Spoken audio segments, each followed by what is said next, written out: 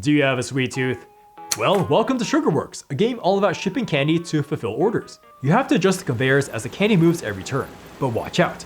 Candy does all sorts of things when it bonks into each other. The goal is to have the most points for fulfilling orders come end game, which is when a single type of candy has been completely sent through the factory, with no more available in the supply. So let's talk about the orders. There's 3 types: special orders that you play as soon as they're fulfilled, like when a green candy gets loaded into a shipping crate, or sales orders, which, end of game, will give you a bunch of points if they're completed. Like this one, have no red candy in the heart crate. Lastly, there's blanket orders that everyone competes for. 3 random blanket orders are selected during setup and placed on top of the game board on side A. Then the first player will roll the candy die to change the blanket orders. As for each matching icon, you will flip that card to the B side. How the blanket orders actually work is whoever has the most scored special and sales orders of that candy color will get first place on that blanket order come the end of the game. But keep in mind that you can only have up to 5 order cards in hand. If you have more than 5, you must immediately discard down to 5. Which gets us to the first procedure of each turn, which is drawing one of the order cards on the board or from the top of the deck, or you can discard an order from your hand. Then you have one action to do from the following 3 types of factory actions. 1. Adjust output. Just move an output conveyor to an empty slot.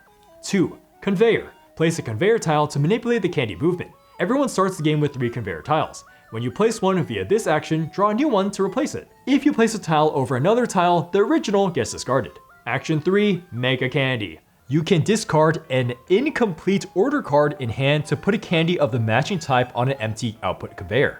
Once every player has done one action, every single candy piece will move 2 spaces, starting from right to left, top to bottom. Here, the blue square candy moves down, then is launched 2 spaces back. This collision is called a bonk. The type of candy being struck determines what happens. The yellow goes diagonally forward, upwards, 1 space. Then the yellow bonks with the red candy, moving the red candy 1 space forward. You may ask, well, what happens when a candy needs to move 2 spaces but bonks?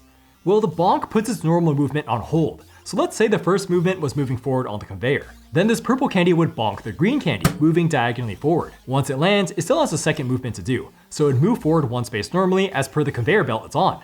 Essentially, every single piece of candy always has 2 movement interactions as long as the first movement doesn't remove it from the board. After all candy has resolved movement, you pass the candy die to the next player. They roll a die and place a new candy shown on the output conveyors.